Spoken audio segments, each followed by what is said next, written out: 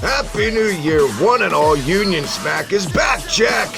This time, not doing retro, going current affairs. But before we do that, let's get down to the brass tacks. It's not Union Smack without my co-host, the Maniac, Matt Tennant. What's going on, man? Welcome back. Happy New Year to you. Hope you had a great holiday. You've been holding down the fort with the omnibuses, Tennant Talks. So glad to be doing this with you. We are hot off the heels. You are still in Blackpool as we record this, chilling at the hotel. This is 2 days removed from TakeOver 2. Why we're here. Before we do, where can everyone catch you and plug our shit? You can catch me on Twitter at The Perfect Tenant. You can find our official merchandise. I'd go through all the shirts right now, Travis, but I don't think I've got the voice for it. So you can find all of our official merchandise at unionsmack.bigcartel.com, and you will hopefully, fingers crossed, very soon be able to buy my second book, NXT UK Year 1, which is coming to a finish. And, oh dear, yeah, what a weekend. Everyone listening can hear how much I enjoyed this weekend, and apologies in advance if the voice goes during this. I don't know. I feel like you got ripped off money's worth because the show you went to looks like it sucked from what I'm hearing. Yeah, right, shithole. Oh, come on. A new year also, Matt said this on The Alternative this week with Colin. A new year, new partnerships, new journeys and ventures. Also, big, huge shout out, tremendous thank you to ProWrestlingJournal.com, Drew Ortman, all the gang, all the tremendous writers for featuring this, Tennant Talks, The Alternative, everything here on Hibiki TMD on YouTube. If you're listening to this, get over there, check them out again. Thank you guys, ProWrestlingJournal.com. What exciting news to kick off the year, Matt? Yes, very, very nice of them. And do you know what? It just helps us as well in broadening the fan base, getting bigger in 2020, and, you know, partnering with one of the nicest people we know in Drew. So, yeah, thank you. And as a hard-working writer yourself, published author, I got to tell you, man, I say it all the time. It's not just a cheap bullshit plug. I really mean it. Some of the most underrated writers over there with the, if it happened in a ring, they're your thing. They review every promotion over the world over there. Check them out, ProWrestlingJournal.com. And check me out on Twitter at the Hibiki TMD. And as always, if you're on YouTube and Hibiki TMD, hit that red button right down below. All the best retro gaming and pro wrestling goodness. Too many shows to name. Man, it's good to be back. It's good to be doing this. We were planning on going Starrcade 97, but due to the holidays and just delays and unforeseen real-life events, we're going to hold off on that. We're going to keep it in our back pocket till a certain future date. Who knows? But it's one of my resolutions this year. We're talking off air, Matt. Going to try to no more omnibuses. We're going to go back to what it all started as. Weekly, we're back. NXT UK going to hold me to my words. It's good to be back doing that, and good to be here doing this. Let's say it. We just said it. You're still there. Blackpool TakeOver 2, Matt. Like you said, let's get right down to it. What a show. Yes, marvellous show. Marvellous weekend. And so I'm so glad I went and got front row tickets, as many people have been pointing out to me on Twitter, taking screenshots of me in the front row. And, yeah. Matt, I don't know how to put it into words, Travis, how good it was. You are literally all over this show. I would bother, saying a timestamp, but you don't have to. It's like every 5 minutes, there's Matt right there. God. Do you know what? When people first said this to me, I think it was Sunday night, and I got back to the hotel, and Colin was the first one to tweet me to say, do you know, every time I look away, they take you off the TV, but then, I look up and you're there all the time. I thought he's exaggerating, surely. And then WWE posted the little 2-minute clips they do of the shows, etc. And one of the pictures was Walter drop kicking the referee, and you can see me underneath Walter, and I thought, damn, maybe I am, featured as much as Colin said. Yeah, for anyone not in the know, last year you did a video vlog.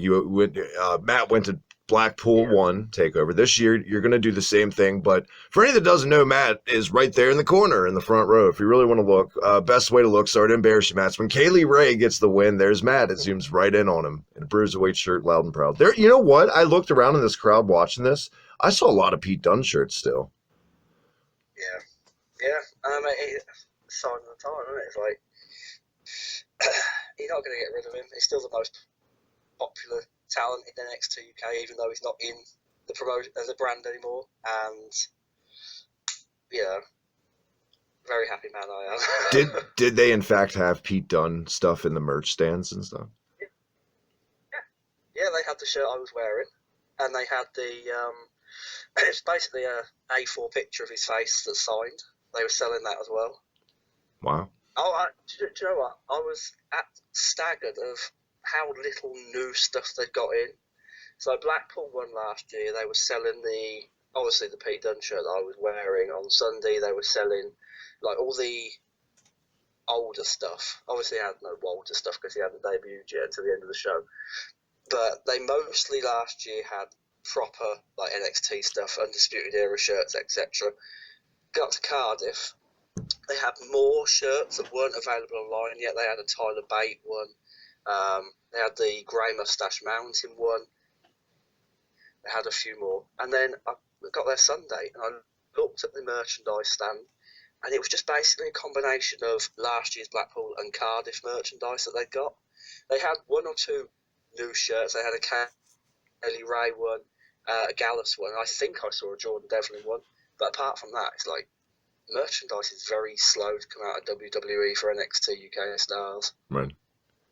Yeah, I mean, let's be honest, what it's been since day one with NXT UK, just as a weekly series, it's been very little promotion, word of mouth, even within WWE through their own sources.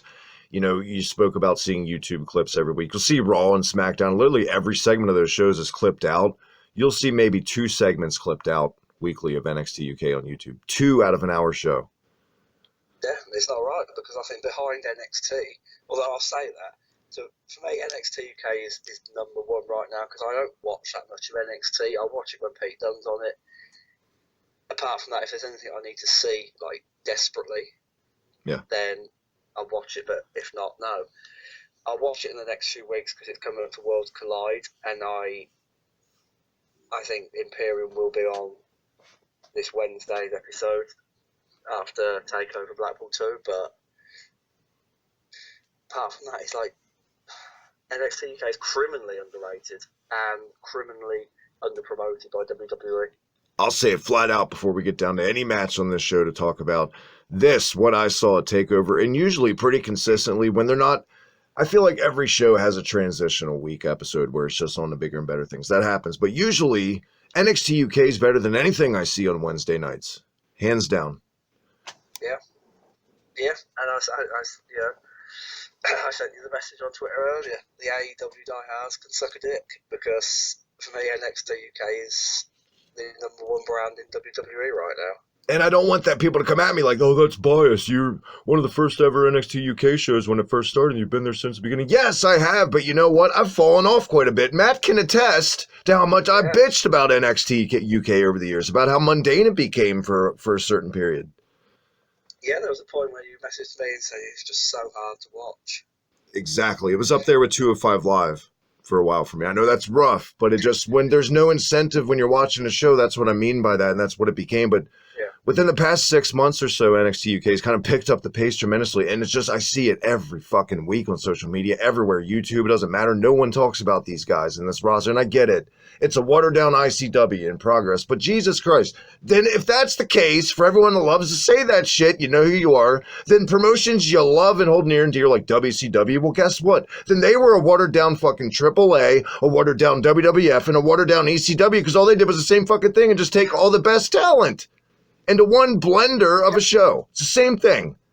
Then Vince was just a B-level fucking Mid-South and world-class in NWA when he did it in the golden era, I guess. I hate that logic, Matt. I hate it. Yeah, so do I. Ugh. That's all. You know what, though? That's all the ranting I can officially promise, because the rest of the show just makes me smile. It was that good. Let's get right down to it. The experience this time at Blackpool. This crowd seems super positive and energetic, and it's something sorely lacking in modern pro wrestling. Yes, it is. And do you know what? I have to say, not a lot of people mention him, but Andy Shepherd, the ring announcer, was on top form at Blackpool. He's like in the ring before the show began on the mic. Obviously, like when you're live in the arena, they dim the lights and they play the network intro on the screen so you can see when it's going live, etc. Yeah. all through that, he was on the microphone, riling people up. When the cameras go live, we want to hear all that enthusiasm, etc. Nigel McGuinness and I forgot his fucking name, Tom Phillips. They were stood by ringside. Literally, might have been like 15 feet in front of me. Nice. And it was just like everyone was just going mental. And you know what? It didn't. For me, pardon me. For me, like being there, hearing it all, it didn't really quite down until the main event. Yeah, when everyone was just so burnt out from what they've already seen. Yeah. And that's no fault to really the guys in the main event, even though the pacing wasn't on par, but they're bigger guys. It was the title. It needed a slower pace to a hot build. This is something I've always wondered. I've never really had the experience to ask someone who's done it. Now I can. What's it like being there live and sitting that close to the commentators? Is it just, does it make it better? Or is it distracting? Like it's too much like watching on TV, or is it amazing? Well, the thing is that I wasn't that close to them during the show because they're up in the Empress Ballroom. It's a weird setup. You've got the entrance in front where I was sat. So you've got the aisle screens and then the ring.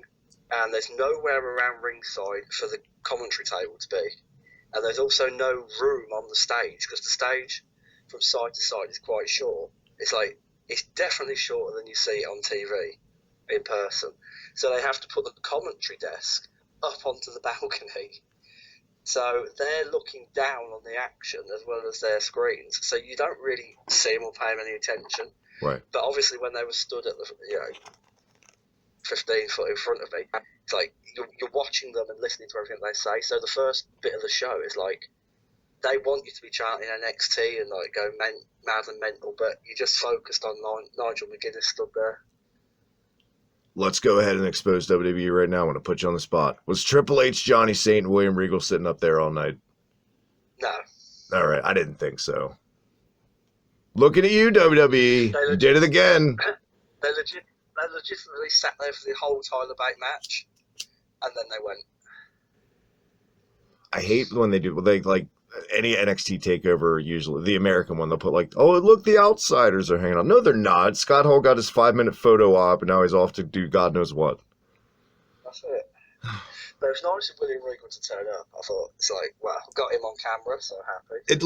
I'm not positive, but it looked like when he was on camera, he was in tears after that Bate match. He was really emotional. He looked like he was about to cry. Yeah. But I think also it's good for like the UK audience to have a brand of their own, like wrestlers who are coming through to be the world's best. But also I think for men like William Regal, who have like been representing the UK wrestling scene for 20, 30 years, and obviously he came through a world of sport, saw that die, went to America, knowing there wasn't really a UK wrestling scene in the 90s, and now he's done with him ring, and he's come back to the UK to see, like, you know what I mean, the indies that he loved and supported just produce these men who are going to carry British wrestling on like he did into the next generation. I think it's very nice for him to sit there and witness it. Yeah, literally look at the state of affairs when he came over in America for the first time. You had the British Bulldogs and Chris Adams. That was essentially it. Yeah. That was it. And do you know what? That was it in America. Like back home, there was hardly anything. You had shows at seaside resorts. No one really went to them. You had the Knight family, Paige's family, promoting in Norwich. No one really went to that. They still don't. And British wrestling was as good as dead when William Regal came to America. But now it's like he gets to see it thrive again, and it must give him a feeling of, yes, you know what I mean? All my sacrifices, taking British wrestling to America and, showing them the British style, etc., it's paid off. Pardon me. I got to tell you, and I've told you this since day one when we started doing this in 2017, which is insane to think about looking back. It's gone that long, but still, this style of wrestling, especially with Bate and Devlin later, this European style sped up to modern times is still my favorite style, better than New Japan, better than whatever the fuck they're doing in AEW. It's still my favorite to watch because it's still, at the end of the day, as flashy as it can be. And I think that speaks to every match on this card, for the most part. As flashy as they can be, they usually still look like a struggle, and these guys look like they really are. It's a fight, and there's just logic. That's why I love this style so much. There's so much old school logic behind the dives, more or less. Yes, they have their moments, but they're smart enough to know what era they're in. They just can't have fucking Billy Robinson clinics out there. People are going to kind of stray from that in 2020, you know? As much as I'd love to see that shit. Yeah, and they've like people like Tyler Bate and obviously Pete Dunne, Trent Seven, etc. They've taken the old British/European wrestling style and they've kept the bases and they've modernised it into an art where it's not boring to watch. Like, you know, you show a wrestling fan today Johnny Saint, Billy Robinson, etc., and they're going to sit through it 5 minutes in. They're going to go, "Does anything actually happen here?" Yeah. But they've taken what they did, they've modernised it for a new audience, and it's a work of art. Exactly. And you know what? That is the overall feeling of Blackpool 2, a work of art. And let's get right down to the canvas, Rembrandt. They kicked off Progress Heavyweight Champion, the Dragon of Wales, Eddie Dennis, who at first, because I haven't really seen a lot of him lately, I don't know if he even wears the mask in Progress, but I had Mantar vibes, and I worried, but the more I saw it kind of get into the lighting, it kind of looked like it looked better. But at first, that first glimpse, I was like, holy shit, he's wearing a Mantar mask. You know what? I didn't actually see what the mask really looked like because I think he had it off before he got to the ring. And obviously I'm stationed sort of slightly left of the post, so I'm shooting through the referee. I was going to say through the referee's legs, but it wasn't. I was shooting sort of through the gap between the referee and the ring post, the entrances, and obviously the mask was gone by the time he got in the ring. So to me, it looked more like Vader mask, but right. I'm obviously way off the mark there. No, it was essentially a black dragon head, and that's his new he's going on the Dragon of Wales thing, and he's got finally an attire I guess I can settle on. I know that's an ongoing thing with me and Dennis over the years, man. I've bitched about what they just had him in out there. I feel like this is fine. It looks like Mortis from WCW, like I was telling you off here. Against Trent Seven, the first guy out on this main show, not their tapings beforehand, which stick around next episode. Trent Seven, the first guy out, just a hero's fucking welcome for Trent Seven. And there you see, tagging hands going around. Yours truly tags Matt's hand going around, and you're right there again. But still, just people love Trent Seven still. I think that's fair to say. Like one of the founding fathers of NXT UK. You know, he's always been beloved. I think a heel turn is well overdue. However, I will say one of the things that surprised me most about Trent Seven was that he smells completely of deep heat. I don't know whether you know what that is in America, but I do not. Do you know the spray? If you've got like a backache or something, you spray it and it burns. So like a Bengay or something.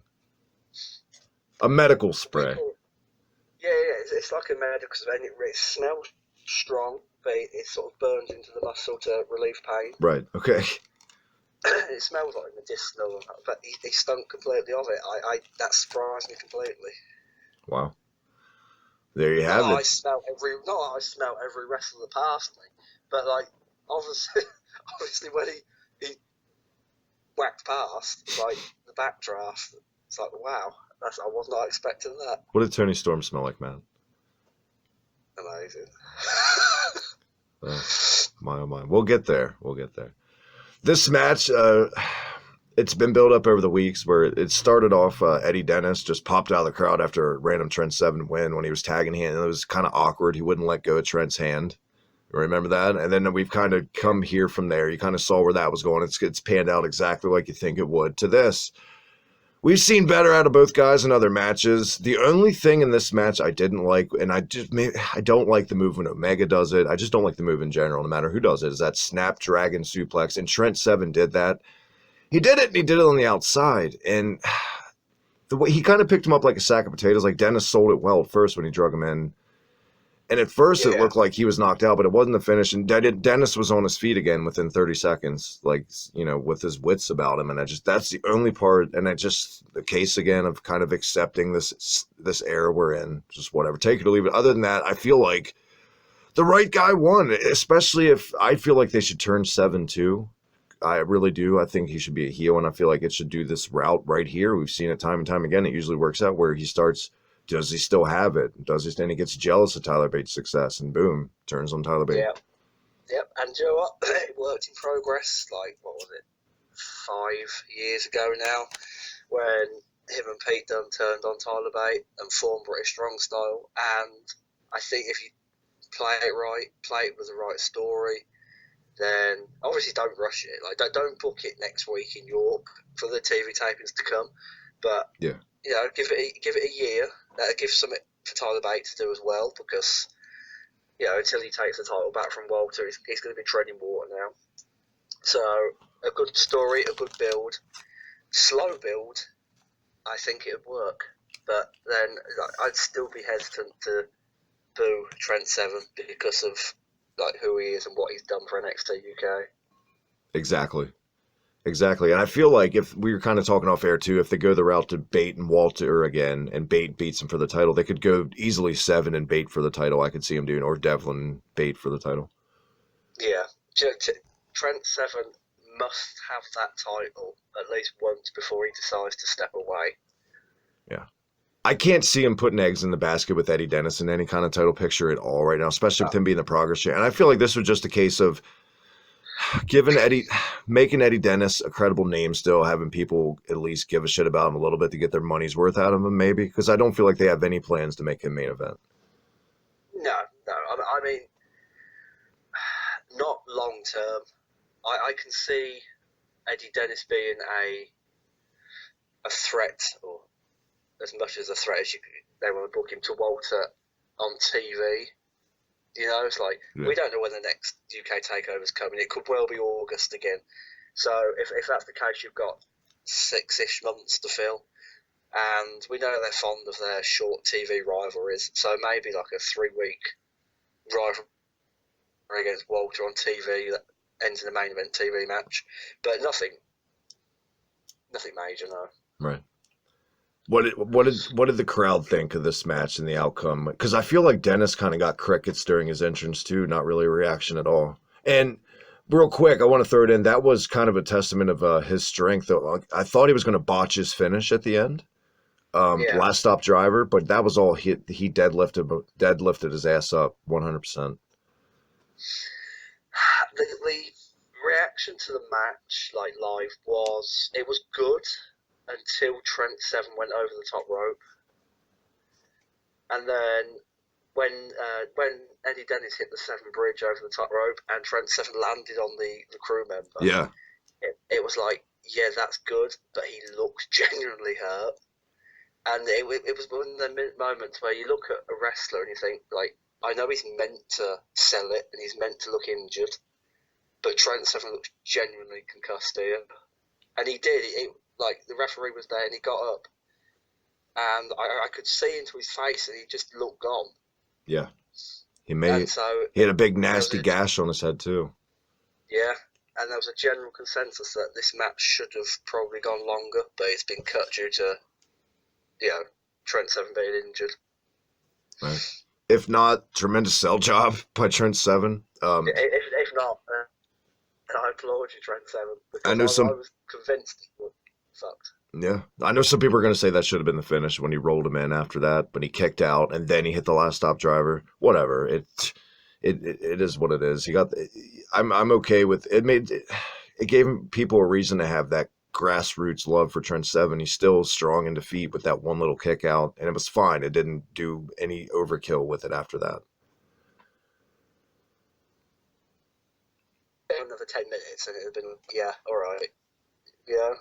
But no, I agree. Like, him kicking out after that, concussed or not, or whatever other injury he's whatever other injury he's carrying or not, it just made him look like, I'm not going to give up, But again, like you said, Eddie Dennis's strength remarkable, because Trent Seven obviously couldn't, help him. He couldn't get himself up, so Eddie Dennis had to do it all on his own.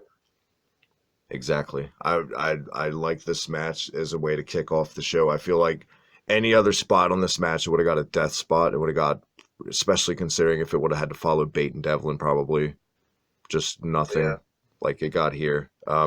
Good way to kick it off. Next matchup was the women's triple threat match. I always kind of get a little bit of anxiety and worry a little bit when it's Toni Storm in one of these matches because usually more times than not it's kind of lackluster delivery. This was the best Toni Storm takeover match I think I've ever seen. This was the best women's takeover match. Her match against Rhea Ripley last year at Blackpool wasn't great at all. It just about was okay. And her match with Kaylee Ray in Cardiff wasn't much of anything at all because she was carrying an injury. So this, sorry again, this combined, like, you got Piper Niven in there who wants to make a statement at her first takeover, and obviously Kaylee Ray as champion. It's like I felt like they wanted to make more of an effort than they had in the past on takeover, and it showed because it was a very, very good match. Justin, I put out the tweet earlier just praising this show, but specifically certain things like how Piper Niven works and just her she's this imposing woman. She's bigger. This is exactly what Nia Jax should be, exactly what Nyla Rose should be, especially if they're going to put Nia Jax in one of these bullshit babyface roles that she's not suited for. This is how you should work as a babyface, as a big girl. You know what I mean? I'm such a big fan of Piper Niven. I feel like she's so underrated and so overlooked and not used. And I like her as Viper too when she goes that route and the heel stuff. She's good in both roles. And I feel like during this, I found myself rooting for her more than either woman. And I felt like they were going to go that route and pull the trigger. But alas, a lot of people not happy apparently that this great fucking match ended with a heel sneaking in. Because I guess we've seen this apparently time after time. Like no other wrestling out there right now is giving us endings we've never seen time after time, right? I was fine with it because that's what a heel's supposed to do. It's not like they put the belt on this baby face, where they really put it on this plain Jane woman, Piper Niven, sneaking in and getting a win. That would have made no sense. That would have irked me. But no, it made sense with the finish. I feel like they're still going to go Piper Niven beating Kaylee Ray. I feel like Toni Storm's going to NXT. Yeah, and you know what? The only thing I didn't like about this match was the person who took the pin, because why are you pinning Piper Niven when Toni Storm's done in NXT UK? Because I feel like, again, it gets back to that tried and true formula we talk about. They don't give a shit about NXT compared to NXT, or NXT UK compared to NXT at the end of the day. It's always we need to make her look strong going into the real NXT sort of thing.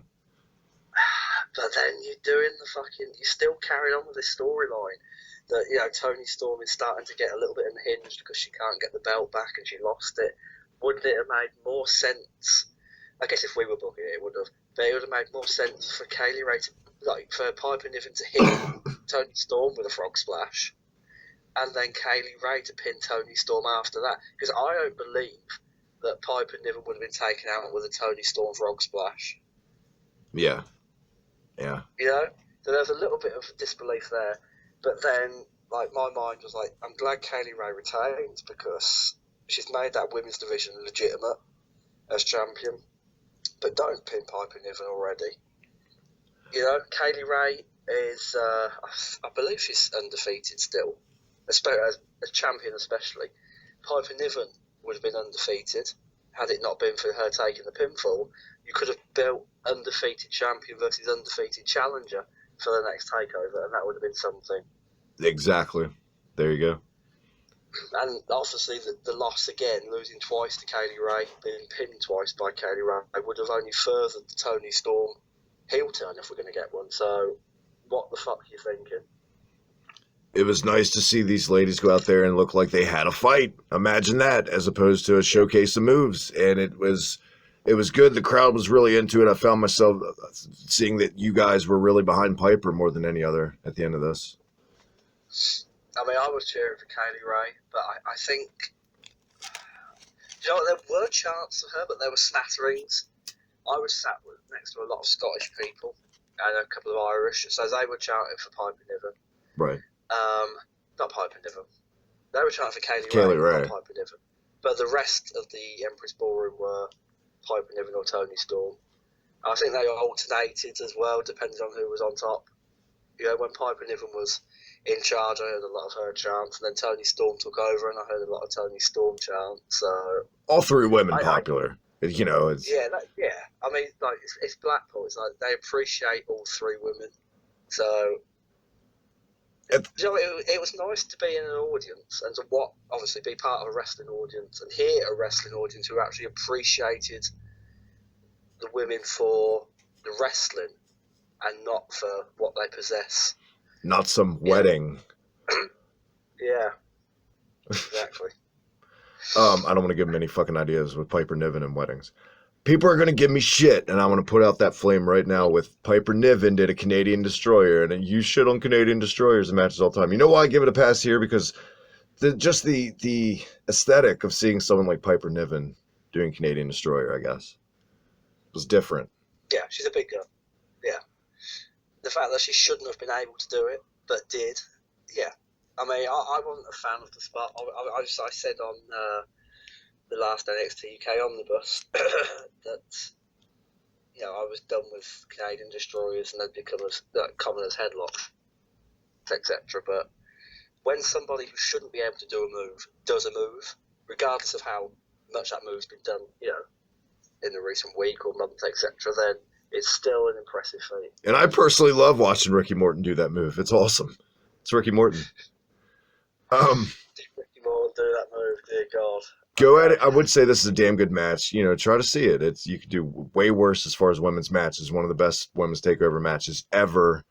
This one is must see coming up next. Must see. This sums up everything about NXT UK and why I love doing this show and just the passion of the fans, all wrapped in one. Showcase two young guys, just this rivalry done right. Jordan Devlin, Tyler Bate. Matt knows what a huge Jordan Devlin fan I've been pretty much since day one and how ecstatic I was to see him be in this role and just what he did, what Bate did was just words cannot truly sum up. This was wrestling magic. McGinnis said it on commentary. When they talk about magic and wrestling, this is what they mean. And he's so right. It really was. What was it like to be there live for this? Phenomenal. Because the crowd, I don't recall them being quiet at any point during the match. It was either Tyler Bate, Jordan Devlin chants. It was back and forth and back and forth. We were invested in everything.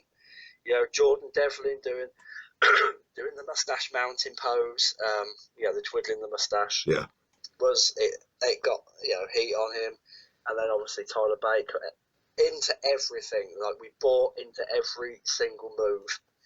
And this was match of the night for me. I just didn't like the outcome. The wrong man in your eyes won. And I can see that. But for me, I think if the ends justify the means for this loss, I feel like this was to get Devlin on the map, to really see what he can do. Because he's had some great takeover matches with Banks and that match with Walter, but never really just that where you go, man, there it is. There's that stamp. There's that match you can always point to when you try to tell people why you're a fan of this guy. And this was it. He finally got that classic under his belt. And they can ride off of just this match and the momentum he had with Bate and NXT UK for 6 months at least. They need to, because handing him another loss to another big star, so if you don't build on this now and make him an absolute unbeatable fucking part of your roster, and obviously build him towards the NXT UK title once he's off of Walter, if he's not going to be the man to beat Walter, which he now, you know, clearly isn't, then if you don't do all of that, then you're just going to bury him again. And Jordan Devlin can't be buried. It's like the losses to Alexander Wolf and, you know, the matches against Ashton Smith where he was just pounded for the most part of it. Yeah. It's like, this is what Jordan Devlin can do. He's capable of even more, if anyone's ever seen his matches in OTT. It's like, strap the rocket pack to his back and fire him into the moon, because you'd be stupid to waste him.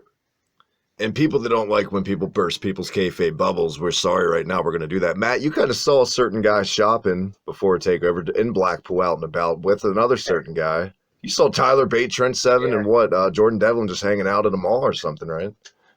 Yeah, I was in the shopping centre in Blackpool, and I was going up to the food court where they had the taco shop. Yeah. And as I was coming up the stairs, they were coming all back down, and not that I'm a stalker or anything, but I sort of followed them, and they went into Nando's before I could get my phone out and ask for a picture, which I'm kicking myself about now, but, you know, what can you do? What can you do? You got to ask Tyler Bate if Tony Storm's taco liked extra sour cream or not. I'm sorry.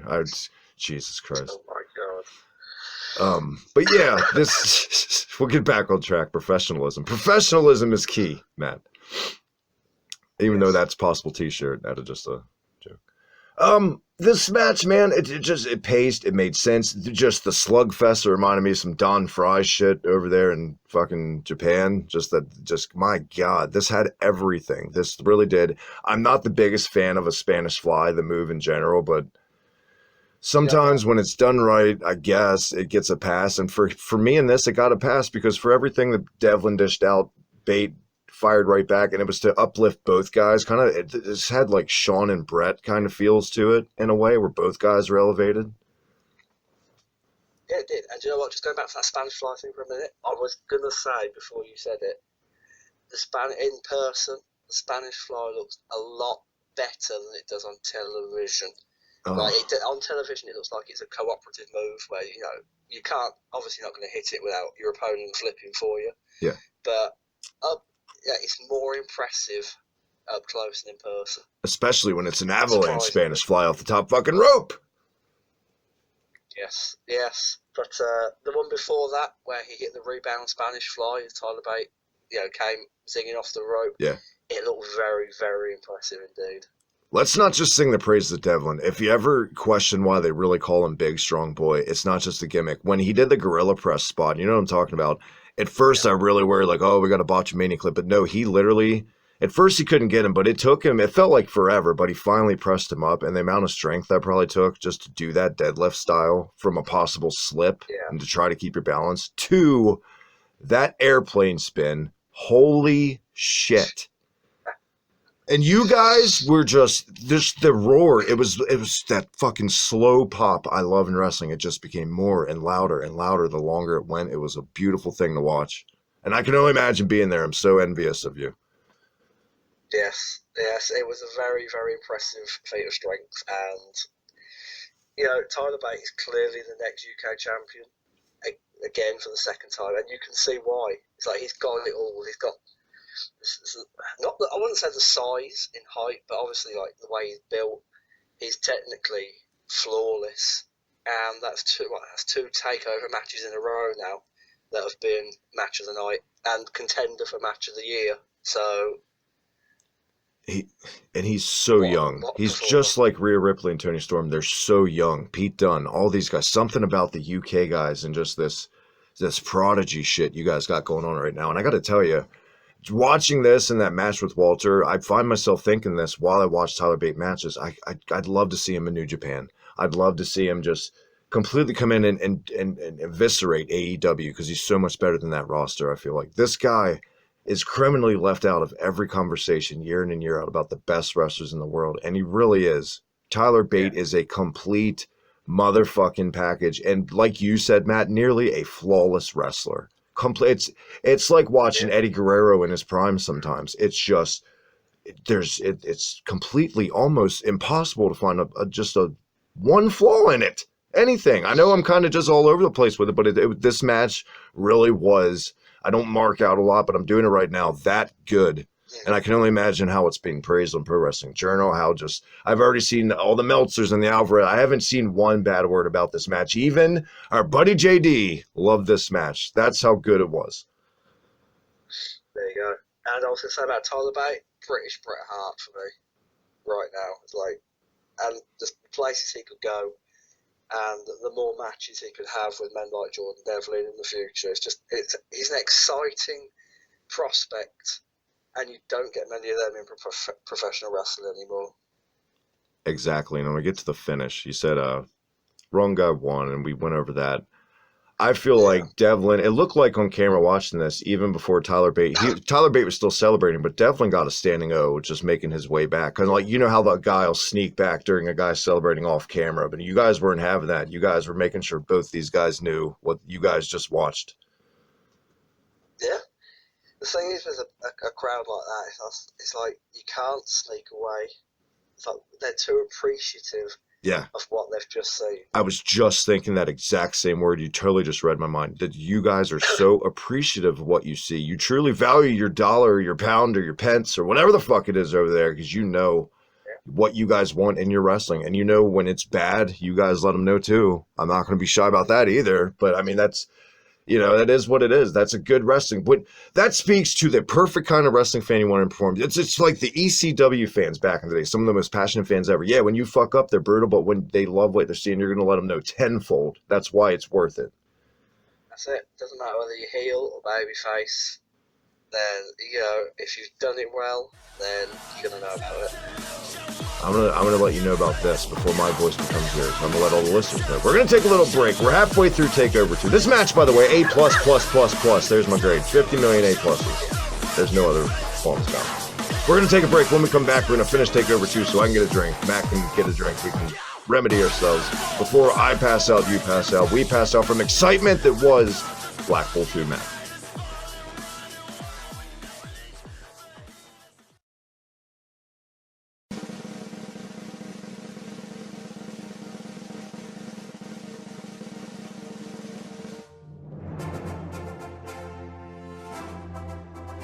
It is with tremendous honor that we here from Union Smack induct our picks as the greatest legends in the history of British and European wrestling, right here on the Union Smack Hall of Fame, put together by my co-host, the Maniac, Matt Tennant. Stay tuned in the coming weeks for the first batch of inductees right here on the Union Smack podcast.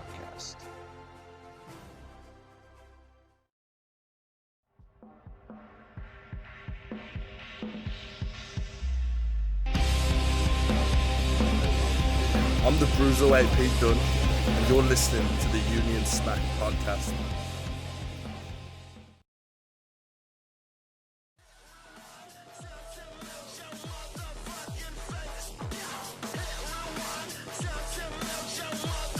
Isn't that what Blackpool is pretty synonymous for, is like ladies of the night? Like, but they're not even prostitutes. These are actually like homeless people just sitting by bins. oh. It's like the streets of Blackpool belong to the homeless after like 7 o'clock at night. So I'm guessing everyone that went to TakeOver flew in. What do you mean? Rode in buses and or however they got there. They're from out of town for the majority of the crowd. Yeah, I just said the majority were. I guess. I'm assuming some locals went.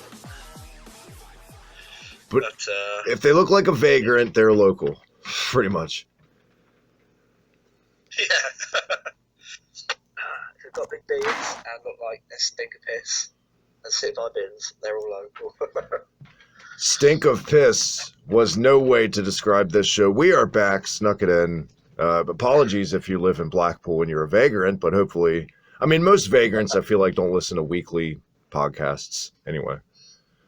And if they do, I want to know why they're homeless vagrants. If you can get a podcast, what are you listening to it on?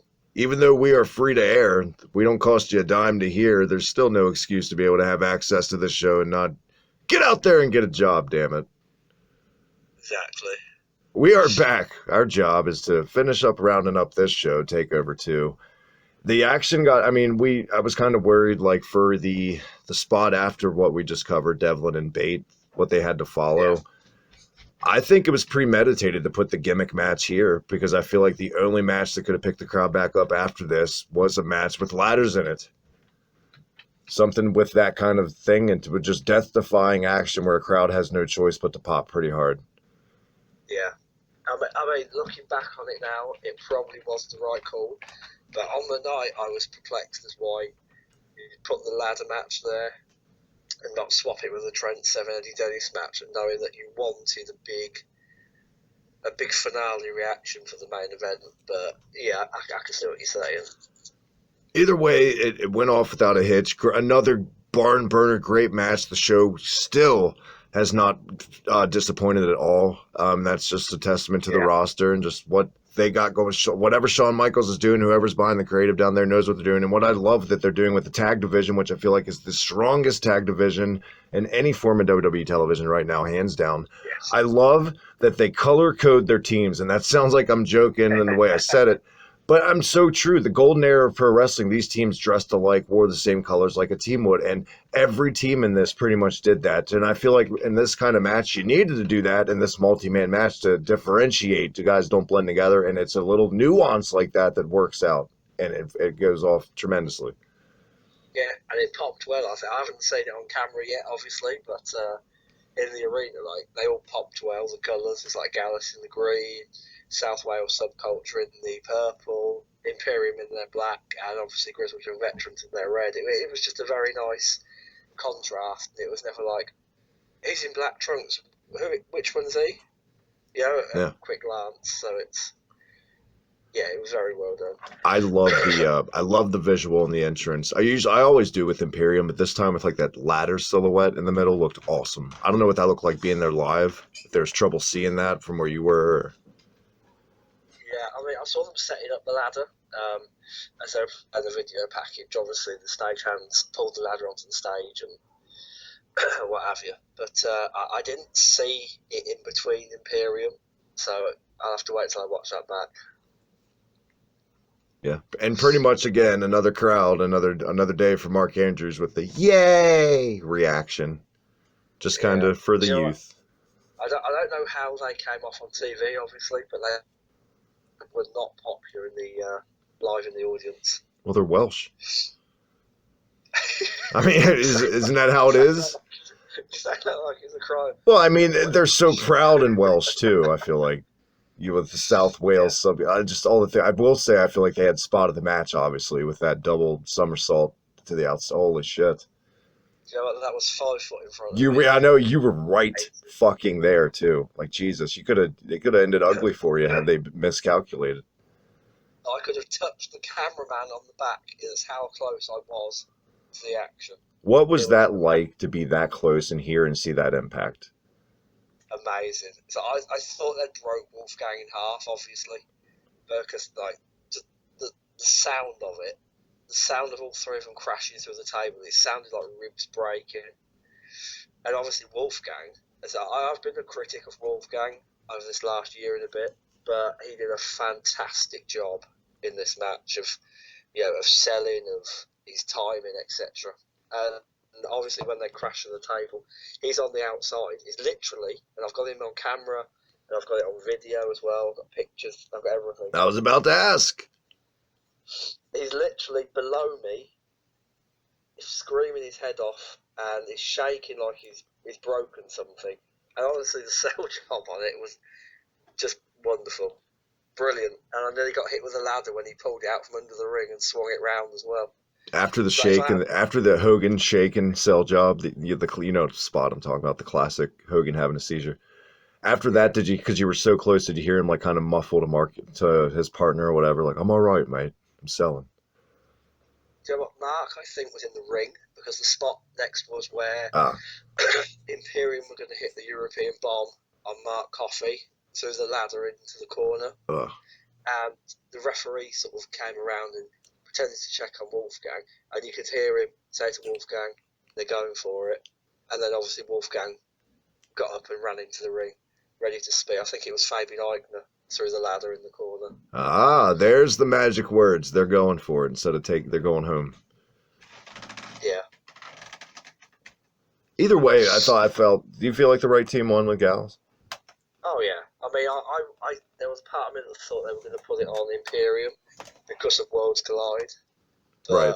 Same. Yeah, I'm glad Gallus won. And I was pro Gallus throughout this match, as you'll hear on the vlog. And do you know what? They came right up at the celebration. It's like Mark Coffey's knee was almost in my face. I sort of patted him on the knee, and I've got it on camera that they were right above me, and it was just amazing. How far we've turned the corner on Gallus, Matt, and just your take on them since we've started? Yeah. I don't know, I couldn't, you know what, when Wolfgang joined, when it was just the Coffey brothers, fine. Then Wolfgang joined, and I was like, not sure. And then they paired Mark Coffey with Wolfgang, and I was like, it's not working. Like, I don't believe in this team. And then they won the tag titles, and I was like, do you know what, it's starting to work for me now. And now, obviously, January 2019, it's like, yeah, I'm on board with them as a team. So it's taken a while, Travis, but we got there in the end. And every time I see Marcel Barthel, he's still a goddamn star waiting to happen. Yeah, I don't think they'll ever push him as the singles in NXT UK, but absolute star. If they ever did like an inner friction in Imperium and they turned Walter Babyface out of it, I think Barcel would be the guy to take over the throne. You think? I'd go Alexander Wolf because he looks fucking fearsome. True. That is true. This match was fearsome. All credit to all the performers in this, all the risks, and it just went off without a hitch, and you guys enjoyed it. God bless every single one of you guys in attendance for hanging on, not losing your voices yet, because there was still one more match to go, Matt. Yes, there was. I think there was mixed reaction to this online and in the audience, but Joe Coffey, Walter, United Kingdom Championship, and I was pleasantly surprised, Travis, after the picture that I sent you on Twitter. You remember the promo one with Walter and Joe Coffey in black and white? Yeah, the belt. Yep. The belt. I was pleasantly surprised to see it wasn't like a shop-bought replica, that they'd actually gone to the trouble of making a replacement. Yeah. Yeah, after the theft. Jesus. Who would do such a thing? Shame on you. We haven't got to talk about that on any show together. Shame on you, you dick. Yes. Shame on you. Fucking bring it back or sell it to me, one or the other. Shame on WWE for kind of booking this after what it had to follow in a way, too. I know it's the main event and it's the title, but just kind of, if you knew what Bate and Devlin were going to do on this card, I don't know. It could have been Gallus and Imperium in like a war match, like not a war games, but like a hardcore match, something, anything, no holds barred, something. But either way, this is what we got. I was kind of unsure. It was still weird to see Joe Coffey booked in this babyface type role going into this, just because of what we've seen so much of Coffey booked like a chicken shit heel during his entire run. So I was iffy on this. My least favorite match of the show, probably hands down, was this, though. Got to be honest. I mean, I obviously don't know how it came across on telly again, but live in the audience, it suffered, not the in-ring action, because it was what I expected it to be. I didn't expect, dives and everything he did with Tyler Bate. This was two big bulls that were going to knock the shit out of each other. That was what the match was always going to be. Yeah. And I think they delivered on that expectation. I just think it suffered from what went before. The crowd were tired. Like at that point, my head was pounding because I'd shouted so much at that point. You could see either side of the ring, like fans were just like, I wouldn't complain if this ended. Looking on their phones, just, Yeah. Yeah. And it's a shame. I'm not saying the in-ring to this. The in-ring to this was definitely a Stan Hansen and Vader type big man brawl, but just it's that case that we talk about so many times where a dead crowd can take so much out of a match. Yeah, exactly. It was like, obviously when it went on, I think it was just before 7 p.m. here, and we knew it got at least 25 minutes to go. And it hampered it, I think. But, all credit for Joe Coffey. I think he managed to pull people back into the match. Obviously, my section will cheer for Joe Coffey. A lot of people cheer for Walter. I think towards the end, with the chops and the Joe Coffey never quitting and never going down, I think he pulled them back into it. Mm-hmm. So, in the end, job well done. When it needed to matter, the crowd was invested. Just not as much as what we've seen, but just look at the classic they had earlier. You got to get down to the controversial part of it. What did you think of the finish and just how that went over? I did like the Undisputed Era coming out at the very end. You loved that too. I mean, that's pretty given. Yeah. That's moving forward in a different angle. But just for this little feud, what did you think with the route they went? End of the match, I didn't agree with Joe Coffey. Did he tap out? I couldn't see from It was weird. Yeah, somebody jumped the gun, I think. I don't know. It was weird. Yeah, it felt very rushed. It's like Walter applied I think it was the crossface clutch thing. And it seemed like Joe Coffey didn't really quit. It's like the referee was told that time was short and Undisputed Era still had to do their bit. So that's what I was thinking too when I watched it. Like, did he just tell him to get his shit in and get out of there pretty much? Yeah. I felt like Joe Coffey was probably meant to pass out, but they made it look like he tapped out instead. Man, there's such a difference in what that could have done for his character had they made him pull like a Brett and Austin where he passed out in the sharpshooter as opposed to just like this half-ass tap out. Like, what could that have, that always does for a guy. That's what I expected of him. I knew he wasn't going to win. Obviously, he's not going to beat Walter so close to Worlds Collide and without a bigger build-up, etc. But I expected him, like, after everything he'd been through, escape the clutches, the chops, just the kick, the boots to the head. It's like I thought that was what they were going for. It was like Walter focusing on the head to knock him out, and then finally, like, he'd done so much damage that he just passed out and refused to quit. Just beat him till he can't go no more. That's it. But no, they didn't go that route. Not as far as I saw, anyway. Yeah, the consensus in the building was Joe Coffey tapped out. Yeah.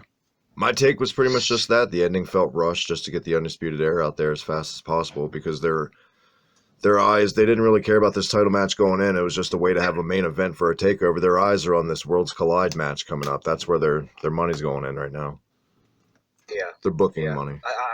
I don't think many people expected Undisputed Era. I did say to the Irish guy next to me, like 10 minutes before the end of the match, like, where are the Undisputed Era? And he laughed. And then when they came in, it was like, holy fuck, I called it and I didn't realise it. But yeah. You're like, what did you do? Huge. I think we all screamed. Everyone was chanting for the Undisputed Era. And I said, do you know what? After the beatdown of Walter, I think everyone was just waiting for the Adam Cole baby charm. Yeah. I don't, obviously, where did it go off on the network? Where did it sort of cut off? Around about that, he got it in. He got it, yeah, so we were waiting. It's like when they did the Undisputed Era hand signal and everyone was like, oh, waiting for it to come. Yeah. And he finally did it, and then obviously it must have gone off air, but they made their way up the ramp after the show, and they stood on the ramp and did the signal and the theme music hit. The crowd were singing the Undisputed Era theme music, and then he did the Adam Cole baby chant again, and then they left. I'm pretty sure we faded to black with them posing on the ramp. That's how we went off the air. Oh, there you go. And then after the show, Gallus came down and helped Joe Coffey to the back. And Joe Coffey got a standing ovation on the ramp. Wow, there you go. And honestly, he looked close to tears as well. So nobody was more salty that an NXT group got cheered more than an NXT UK group than NXT UK's official Twitter. They were putting out the tweets of, how dare you? I saw that. They're like, we see how it is. They're like scorned X. Something. It's like, excuse me, we paid money for a ticket, not expected to see Adam Cole and company, and suddenly they come out of nowhere. What do you expect us to go? Oh, fuck off, son. Our bad for cheering one of the hottest guys in the world right now, as far as momentum. Yeah, but that's how it went off the air. That's how Takeover 2 went off. I thought it was a fine way to go off the air. There's a lot of intrigue, still a shock way to go off. Nice to see Undisputed Era. Great reaction. I feel like the main event turned out fine. You could do way worse. I wouldn't say go out of your way to see it, but if it happens, come on and you're there, watch it. Why not? Yeah, don't avoid. I think the thing about the main event, obviously, like you said, it was building primarily to Worlds Collide, so they didn't really invest that much into it or the build.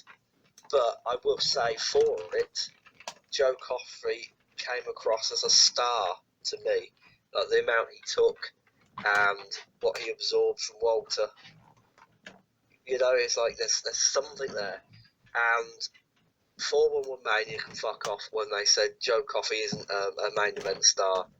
And I think they said he proved it here again that, he doesn't belong on top. And I dispute that completely. I think Joe Coffey will be a great United Kingdom champion when the time comes. It just so happens that obviously it's not going to come while Walter is on top. Right.